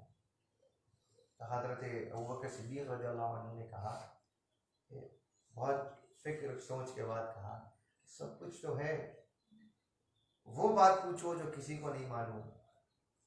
حضور صلی اللہ علیہ وسلم معراج سے تشریف لائے ہیں، معراج میں پوچھو کہ جب وہ اور اللہ تعالیٰ تنہا تھے تب اللہ تعالیٰ نے آپ سے کیا بات کہی، اس میں سے کوئی بات پوچھو، اور تنہائی کی راز والی باتوں میں سے کوئی ایک بات پوچھو۔ حضرت عائشہ رضی اللہ عنہا نے پوچھا، حضور نے کہا کہ ایک ہی بات بتاؤں گا، اور کئی باتوں میں سے ایک بات یہ ہے کہ اللہ تعالیٰ نے اس کی بخشش اور مغفرت کی ضمانت دی ہے کہ جو کسی مومن کی دل جوئی کرتا ہے، کسی مومن کے دل کو خوشی عطا فرماتا ہے، ایک ایمان والا اگر کسی دوسرے ایمان والے کا دل خوش کرتا ہے تو اس کا ایک لمحے کے لیے دل خوش ہو جانا، اللہ تعالیٰ اس خوشی کے بدلے اس کو سیدھا جنت میں بلا حساب و کتاب داخل کرے۔ یہ اللہ نے وعدہ کیا ہے۔ جیسے ہی یہ سنا سیدہ عائشہ صدیقہ رضی اللہ عنہا نے حضرت ابوبکر صدیق کو سنایا، حضرت ابوبکر بہت رونے لگے، بہت رونے لگے، روتے روتے آپ کی داڑھی مبارک تر ہو گئی۔ اس قدر روتا ہوا دیکھ کر حضرت عائشہ صدیقہ رضی اللہ عنہا نے پوچھا بابا یہ تو خوشی کی بات ہے، اس میں رونا کا سبب کیا ہے؟ تو اب خوف کا معاملہ دیکھیے۔ تو کہا کہ جب اللہ تعالیٰ نے کسی مومن کے دل جوئی کے بدلے یہ انعام دیا ہے تو میں اس بات کو سوچ کر خوف زدہ ہوں اور اس سے روتا ہوں کہ کہیں کسی مومن کا دل میں نے نہیں دکھایا، کسی مومن کے دل کو میں نے تکلیف نہ دی ہو۔ تو جب کسی کو ایک لمحہ خوش کرنے کا یہ معاملہ ہے تو دکھ دینے کا معاملہ کیا ہوگا؟ اس چیز سے ڈر کے رو رہا ہوں۔ تو معاملات یہ ہیں کہ خوف ایسی چیز ہے جو آپ کو آپ کی زندگی کو باادب اور بااصول رکھتا ہے۔ یہ گھر میں رہے، گھر کے بڑوں کی بات نہ سنے، جیسے چاہے کرتے رہے تو گھر کا نظام درہم برہم ہو جاتا ہے۔ اب آپ میں سے اکثر ایسے ہی وقت ہوتا ہے، اس وقت پر سب بیٹھ کر کھانا نہیں کھاتے تو آپ کے ماں باپ کی نیند کا نظام آگے پیچھے ہو جاتا ہے۔ یا ان کے اپنے کام جو ہوتے ہیں ان کاموں میں آگے پیچھے، جو جب جیسا چاہتا ہے وہ ویسا کرتا ہے، جب چاہے جب سو جاتا ہے، جب چاہے جب اٹھ جاتا ہے، رات بھر جاگے ہوئے رہتے ہیں، دن میں سوئے رہتے ہیں، تو دن کے گھر کے کام ہوتے ہیں تو اس میں مسئلہ ہو جاتا ہے۔ پھر آپ کی نیند نہ ہو تو آپ چڑچڑا بن کر دیتے ہیں گھر والوں کے ساتھ۔ تو آپ دیکھیے آپ کتنا، جب کوئی اصول خراب ہو جاتے ہیں تو اس کے اندر کتنا ڈسٹربنس پیدا ہو جاتا ہے، اور نیند پوری نہ ہو تو فطرت ہے آپ کو چڑچڑاہٹ ہو جاتی ہے۔ تو اس کے لیے کیا ہے، وَجَعَلْنَا اللَّيْلَ لِبَاسًا، اللہ تعالیٰ نے کہا ہم نے رات کو آرام کے لیے بنایا، رات کو کھیلنے کے لیے نہیں بنایا، پب جی کے لیے نہیں بنایا، کوئی دوسری گیمز کے لیے نہیں بنایا۔ ٹھیک ہے، کبھی کبھی ایک آدھ مرتبہ آپ جمع ہو گئے وہ اور بات ہے، لیکن ہر رات یہی چل رہا ہے، اکثر راتیں یہ چل رہی ہیں، یا کوئی اور گیم چل رہی ہے ہنسی مذاق میں، بات چیت میں، یہ بھی غلط۔ وَجَعَلْنَا النَّهَارَ مَعَاشًا، لوگ شکوہ شکایت کرتے ہیں کہ کمائی میں برکت نہیں ہے، تو راتوں میں سوتے رہیں، راتوں میں جاگتے رہیں، دن کو سوتے رہیں، تو برکت کہاں سے؟ اللہ تعالیٰ نے تو اصول یہ رکھا کہ ہم نے وَجَعَلْنَا النَّهَارَ مَعَاشًا، ہم نے دن کو معیشت کے لیے بنایا ہے، رات کو سونے کے لیے بنایا ہے۔ اور امت کا یہ حال ہے کہ رات کو کام تو ویسے ہی کوئی نہیں کر رہے، تو رات کو جاگتے رہو، دن کو سوتے رہو۔ بھوک بھی راتوں کو لگتی ہے تو 3 بجے رات کو جا کر دوسرے ڈھونڈ رہے ہیں لوگ، بند ہو گئے ہوٹل تو ابھی 3 بجے بند کر دیے، یہ بھی۔ اب اس پہ پھر قانون سختیاں کرتا ہے تو پھر اس پہ بھی غصہ آ جاتا ہے، ارے بھائی تو نظام آپ کا آپ کو کسی اور ذریعے سے بھی آ رہا ہے تو آپ پابندی تو کرنا نہیں چاہ رہے، بہر صورت باہر بیٹھے تو پکڑ رہے تو چلو آ جاؤ مردانوں میں بیٹھو، نہیں پکڑتے ہوئے اندر بیٹھے، کیا بولتے گھر میں بیٹھے ہوئے، باہر کیف اپنی مرضی کرنی ہے، لیکن قوانین نہیں سننے، کسی کی پابندی نہیں سننی۔ پھر ماں باپ کی صحت پر اثر پڑ جاتا ہے، تو اللہ ماشاء اللہ آج کل تو یہ کہ خدمت بھی کسی سے نہیں ہوتی، ارے ہاں دو 10 منٹ 15 منٹ بیٹھ کے بس ہے، اوکے ایج کر لیتے بیٹھے گے، اور تو ہم کبھی بھی کھا لیتے، آپ کو کون بولے تھے دیکھو، آپ کو کون بولے ایسا کرو، اور تو آپ ہمارے پیچھے سے کیوں پکار لے رہے؟ نہیں، زبان درازی یا بارہا مکالمہ ماں باپ کے ساتھ میں ہر سوال کا جواب یہ کرنا، پھر ماں باپ کو ذہنی تکلیف الگ، آپ کی خاطر ان کا نظام خراب ہو جاتا ہے، پھر چیخنا پکارنا، گھروں میں آوازوں سے بات کرنا۔ تو خوف ماں باپ کا رکھیے، ماں باپ کو اپنے سے خوفزدہ مت کرنے کی کوشش کیجیے۔ یہ سارے سلیقے ہیں، ماں باپ کا خوف آپ سے بڑے ہیں، ان کا خوف ان کے اوپر جو بڑے ہیں ان کا خوف آئے گا، علماء کا خوف آئے گا، قانون شریعت کا خوف آئے گا، خدا کا خوف آئے گا۔ یہ ایک طریقہ ہے، ایک کا خوف ہٹے گا تو دوسرے کا بھی خوف، ماں باپ کی نہیں سنتے تمہاری سننا، یہ باتیں ہو رہی ہیں، ہمارے ماں باپ نہیں سن رہے ہم تو آپ کی سنیں گے، تو یہاں ماں باپ سے تو بے خوف ہوئے، آگے جا کے دوسروں کے بھی خوف سے بے خوف، وہاں سے بے خوف ہوئے، اسی طرح جا کے کسی بھی قانون کی پابندی اب عالموں کی سنیں گے، اب ان کی سنیں گے، انہوں نے آج کوئی ہو گیا بولتے رہتے چھوڑ، اللہ معاف کرنے والا، اللہ معاف کرنے والا ہے، بے خوف ہو گئے، عالم کا اپنے گھر کی بات کر رہے تھے، شریعت جو حکم دے رہی ہے وہ حکم کی بات ہے، اللہ معاف کرنے والا ہے۔ آپ عمل کرتے ہو اس کے بعد میں کوئی غلطی رہ جاتی ہے اور معافی مانگتے ہیں تو اللہ کو معاف کرنے والا پا لو، عمل ہی نہیں کر رہا اور اللہ معاف کرنے والا ہے تو کس بات پہ معاف کرے اللہ؟ تو پہلے درستگی ایسی تھی، طریقے ایسے تھے، امتیں ایسی تھی کہ قوانین کی پیروی کرنے والی تھی، تو ان کے ساتھ اچھا ہی ہوا۔ سوتے رہیں گے تو دنیا کدھر کی جا رہی ہے، نہ خبر ہے کچھ دنیا کے ماحول کی، نہ کچھ نہ کیا. اس میں کیا ہوگا؟ اس میں کیا ہوگا؟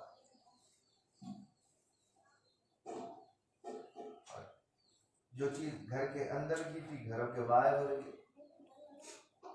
گھروں کے باہر سب جشن منائے جا رہے ہیں، کھانا پینا روڈوں پہ ٹھہر کے. اس کی وجہ سے کیا ہو گیا؟ ٹھیک ہے کوئی ریسٹورینٹ ہے، کوئی ہوٹل ہے، وہاں کوئی بیٹھنے کا انتظام ہے، جو روڈ سے خارج ہے آپ بیٹھ کر کھائیں، وہ حکم ہے کہ بیٹھ کے کھانے میں. ایک دم روڈ پہ کھڑے ہو گئے، یہ سب پھر بعد میں پولیس آئے تو پولیس کے خوف میں بھاگ رہے، ویسے چھوڑ گئے. تو کیا ہے یہ؟ آپ پہلے ہی سے خوف خدا کا رکھ لیتے اور بازار میں نہیں کھاتے تو آپ کتنی سلجھی ہوئی اور پابند خوف معلوم ہوتے، لیکن آپ کو کرنا نہیں ہے.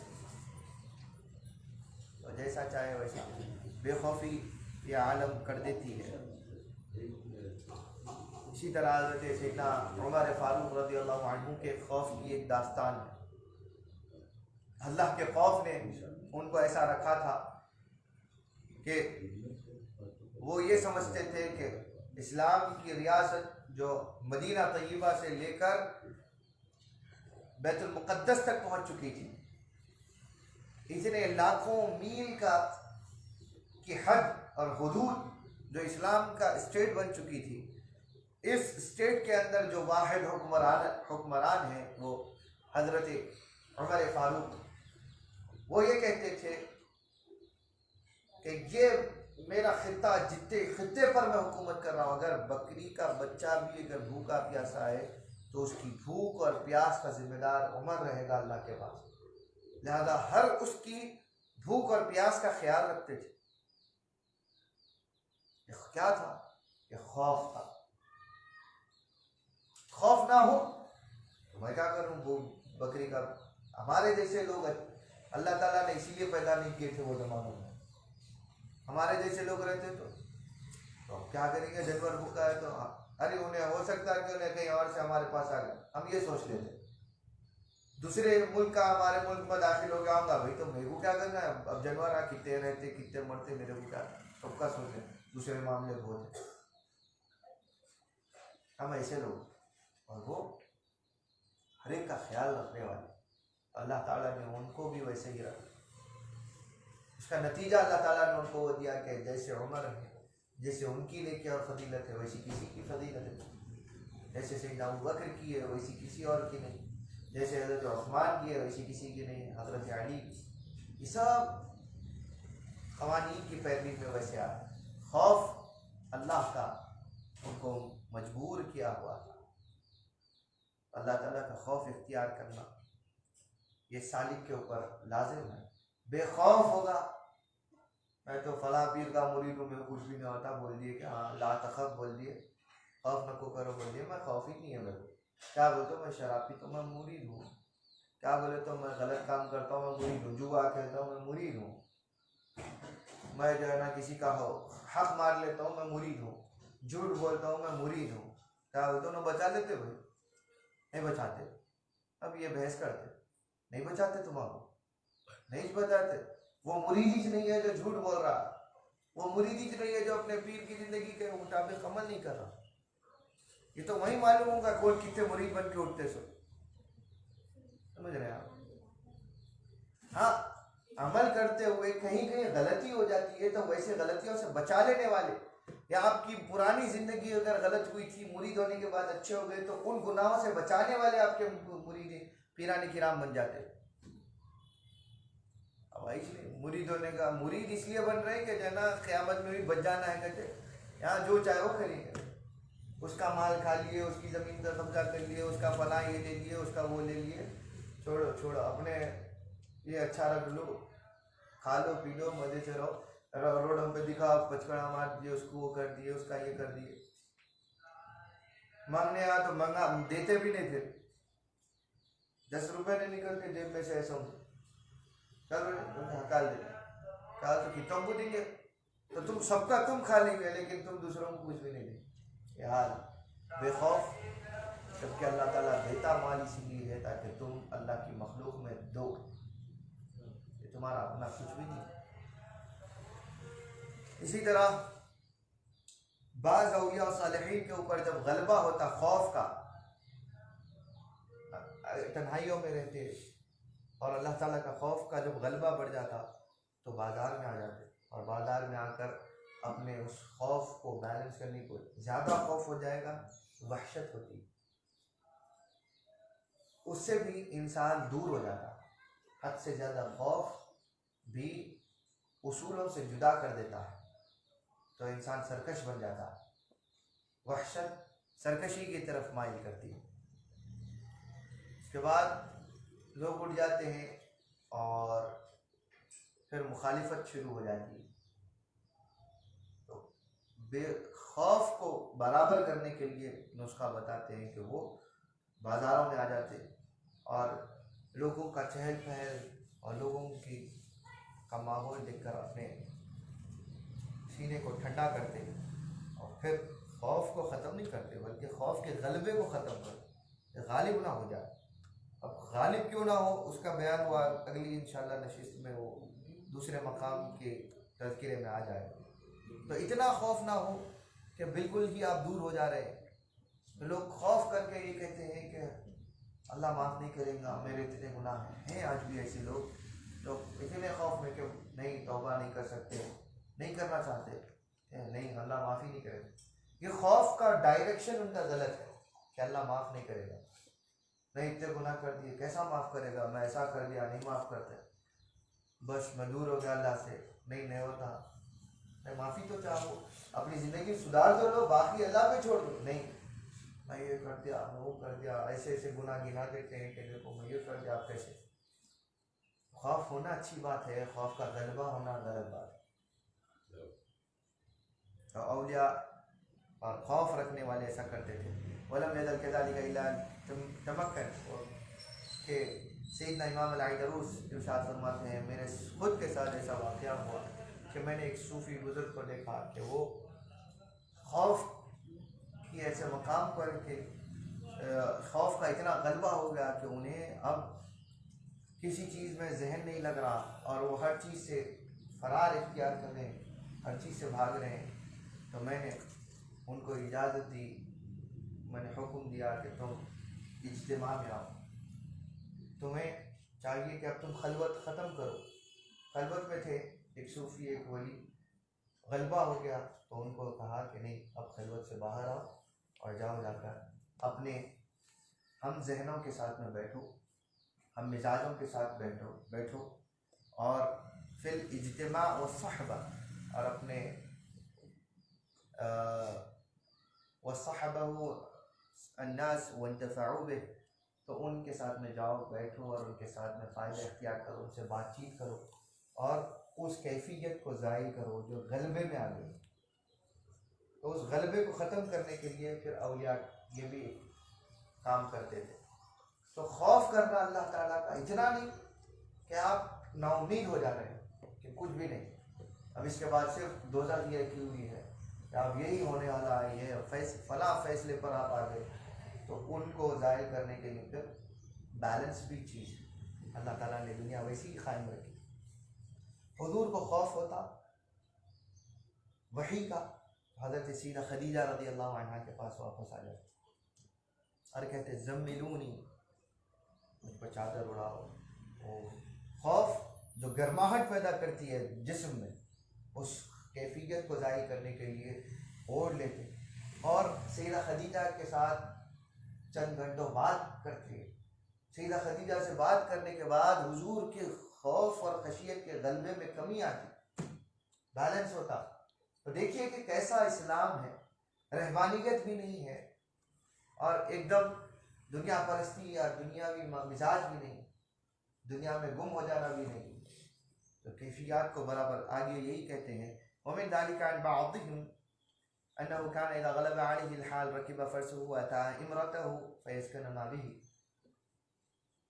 جب اولیاء صالحین میں سے بعض ایسے بھی ہوئے کہ جو تنہائی پسند ہوتے، اور جب حال کا غلبہ ہو جاتا، خوف کے غلبے کا حال، خشیت کا حال غالب ہو جاتا تو اپنی ازواج مطہرات کے پاس واپس آتے، گھوڑے پر بیٹھ جاتے، گھوڑے پر بیٹھ کر اپنی ازواج کے پاس آتے اور اس کیفیت کو بحال کرنے تک ان کے ساتھ رہتے، اور اس میں جب بیلنس ہو جاتا تب پھر وہ دوسرے معاملات کے لیے آگے بڑھتے۔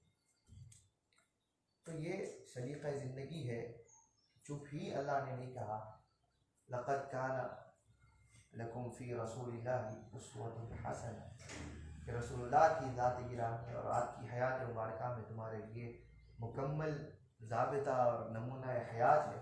ان کو دیکھو کہ غاروں میں بیٹھے ہیں، کیفیات کا غلبہ ہوتا ہے، وحی جب نازل ہوتی تو حضور صلی اللہ علیہ وسلم پر خشیت اور تھرتھراہٹ آ جاتی، تو اس کو بیلنس کرنے کے لیے خدیجہ رضی اللہ عنہ کے پاس آ جاتی، اور جب کوئی نہیں ہوتا تو آپ کی کیفیات کی برداشت اور ان کیفیات کو ضبط کرنے کے لیے ایک ہی سہارا رہتی ہے، وہ سیدہ خدیجہ ہے۔ اور بہت سارے لوگ نکاح کو ایک الگ ہی زاویے میں لیتے ہیں، یا بہت سارے جو صوفی مزاج بن جاتے ہیں تو نکاح ہی نہیں کرنا۔ آپ نکاح نہیں کر رہے تو مسلمان عورتیں غلط راستوں پر جا رہی ہیں، آپ نکاح میں تاخیر کرتے عورتیں غلط راستوں پر چلی جا رہی، یا آپ نکاح نہیں کرتے تو آپ کے احوال ایسے ہو جاتے ہیں کہ پھر خود آپ گمراہی میں بھی چلے جا رہے ہیں تصوف کے نام پر۔ تو آپ کی کیفیات برابر ہوتی، اپنے مقدار پر ہوتی، اپنی اعتدال میں چلتی، تاکہ دوسرے مقامات اور حاصل ہوتے۔ ایک ہی مقام اس کا غلبہ آپ کو دیوانہ یا پاگل کر دیتا ہے، یا کوئی اور مزاج کی طرف مائل کر دیتا ہے، ذہن کو کمزور کر دیتا ہے، بہت ساری چیزیں ہو جاتی ہیں۔ تو اس کو معتدل رکھنے کے لیے پھر آپ کو آپ کی منکوحہ کے پاس میں وقت گزارنے کی ضرورت پڑتی ہے، چاہے وہ جسمانی ہو یا وہ چاہے زبانی ہو، کہ اس کلام کے ذریعے سے آپ کے اندر کا مزاج برابر ہوگا۔ آپ کرنا نہیں چاہتے، رسول اللہ کی سنتوں کو چھوڑ رہے ہیں، تو اس سے یہ ساری خرابیاں پیدا ہوتی ہیں۔ اور ان احوال کو برابر رکھنا، ماں باپ کا بھی یہ کام ہے کہ خوف اتنا نہ دیں کہ اولاد آپ سے پھر لا تعلق ہو جائے، یا اتنی محبت بھی نہ دیں کہ اولاد محبت کے نام پر آپ سے بہت زیادہ ہی آپ سے بے خوف ہو جائے۔ یہ ہر چیز کو آپ کو اللہ تعالیٰ نے مربی کہا ہے، آپ کو رب کہا ہے قرآن میں، اللہم ارحمہما کما ربیانی صغیرا۔ اولادوں کو حکم دیا کہ اپنے ماں باپ کے لیے یہ دعا کرو کہ اے اللہ میرے ماں باپ پر اسی طرح رحم کر جیسا کہ کما ربیانی، جیسا کہ انہوں نے تربیت کے مراحل میں مجھ پر رحم کیا تھا۔ تو ماں باپ رحم اور سختی دونوں کو اعتدال کے ساتھ لے کے چلے تو اولاد بھی خوف اور محبت دونوں کے مراحل میں رہتی، اور بے خوف اولاد کو بھی چاہیے کہ اپنے ماں باپ کے سائے کو غنیمت سمجھ کر ان کی تابعداری کریں، ان کی اتباع اور ان کی پیروی سے سلیقہ ملے گا کہ کیسے ان کے احکام میں آپ جب ہوں گے تو آپ کو سلیقہ ملے گا کہ کیسے ایک زندگی گزارنا ہے، اور گزارتے ہوئے دیکھنا ہے کہ شریعت کے حدود کو بھی اسی طرح، اس طرح ہمارے ماں باپ ہیں کہ وقت آ جائے تو سختی بھی کرتے، کوئی بات غلط ہو تو سخت مزاجی بھی آتی ہے اور آنی بھی چاہیے، وہ کرتے آپ کی بھلے کے لیے، لیکن جب کوئی ایک دوسری بات ہو جاتی ہے تو آپ کے لیے سراپا رحمت بھی بن جاتے ہیں، آپ کی تکلیف دیکھتے ہیں تو اس تکلیف کے لیے آپ کے لیے چاہے ان کی رحمت ظاہر ہو نہ ہو تو آپ کے لیے مرحمت کا پیکر بن جاتے ہیں، رحمت والا بن جاتے ہیں۔ تو آپ کا رب یہی مثال دے کر کہتا ہے کہ میں 70 ماؤں سے زیادہ محبت رکھتا ہوں۔ اس کو مثال دینے کی ضرورت کیا پڑی؟ تاکہ تم ان کی مرحمت کو دیکھو، سمجھو، ماں باپ کی رحمت کو دیکھو، ان کی شفقتوں کو سمجھو، جیسے ان کو دیکھو کہ ویسا میں ہوں، میں اس سے زیادہ بڑھ کر ہوں، لیکن ان کو دیکھ کر ہی سمجھ سکو. جب تک کسی کو دیکھو گے نہیں تب تک تم خدا کی رحمت کیسے سمجھو گے؟ تو اپنے آپ کو خوف اور محبت اور امید کے دائروں میں معتدل مزاج بنا کر رکھیے، اور ہر زندگی کے ہر مکان پر، مقام پر خوف اللہ تعالیٰ کا رکھیے کہ ماں باپ سے بھی بڑ زبانی کریں گے تو اللہ ناراض ہو رہا ہے، ماں باپ کو کچھ کہہ دیں گے اللہ ناراض ہو رہا ہے. یہ سوچ کر اگر چلیں گے تو یہ خوف جو آپ اللہ کا رکھ کر ماں باپ سے اچھے ہوئے، آپ اللہ کا خوف رکھ کر آپ کے جو ملنے جلنے والوں کے ساتھ یا راستے میں کوئی نظر آ جائے اس کے ساتھ اچھا حسن سلوک کر رہے ہیں، تو یہ خوف نیکیوں کا سبب بن جاتا ہے. جب تک یہ خوف نہیں ہے تو آپ چاہے آج کے دور میں خود شیخ عبدالقادر جیلانی رضی اللہ عنہ کے آپ براہ راست مرید بن جائیں تو بھی وہ ارادت فائدہ نہیں دے گی اگر آپ کے اندر یہ چیزیں نہیں آئیں گی. بغیر کسی غلو کے اور بغیر کسی حد سے بڑے کے یہ بات حقانیت کی بنا پر کہہ رہا ہوں، اور یہی تعلیمات ہمارے اکابرین مشائخین کی ہے جس پر آج عمل ختم ہو گیا. اسی لیے ہر کوئی اپنے اعتبار سے زندگی گزارتا ہے، ہر سلسلے والا دوسرے سلسلے کو گالی دیتا ہے. خوف ختم ہو گیا. کس کو گالی دے رہے ہیں آپ؟ وہ تصوف و طریقہ جس کو آپ آبا و اجداد جن کی یا تو سندیں آگے پہنچتی ہیں تو ایک ہی پیر کے پاس پہنچتی ہیں، یا جن کے سلاسل کا آپس میں کوئی باہمی ربط تھا آپس میں بزرگوں کا، آپ نے ان کو گالی دے دی، آپ نے ان کو برا کیا. آپ کے لیے آپ کا ہی پیر سب کچھ ہے تو وہ تو عقیدہ صحیح ہے، لیکن دوسروں کو گالی دینا یہ کہاں سے؟ ایک بے خوفی ہے. بے خوفی زبان سے جو چاہتی ہے کہلواتی ہے، ہاتھوں سے پیروں سے جو چاہے کرواتی ہے، آنکھوں سے جو چاہے ممنوع اشیاء بھی دکھلا دیتی ہیں.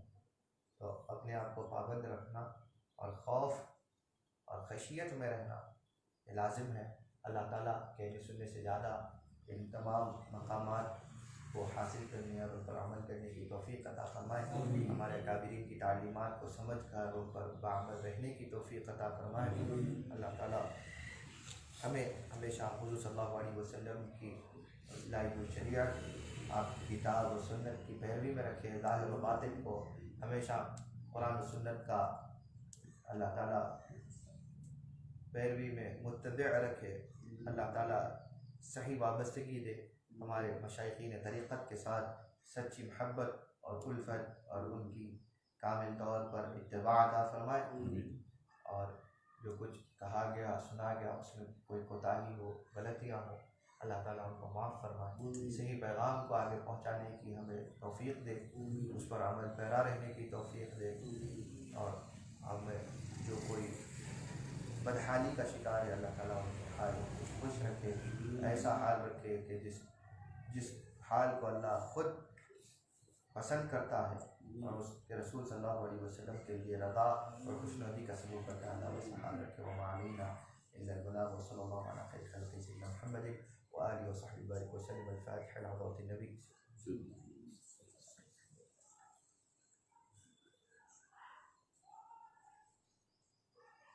آمین آمین آمین آمین. اللهم آمین. اللهم لا جمعنا هذا إيمان مرحوما واجعل تفرقنا من بعده تفرقا معصوما ولا تدع فينا ولا منا ولا معنا ولا من أمة سيدنا محمد شديدا ولا محروما. ربنا آتنا في الدنيا حسنة وفي الآخرة حسنة وقنا عذاب النار.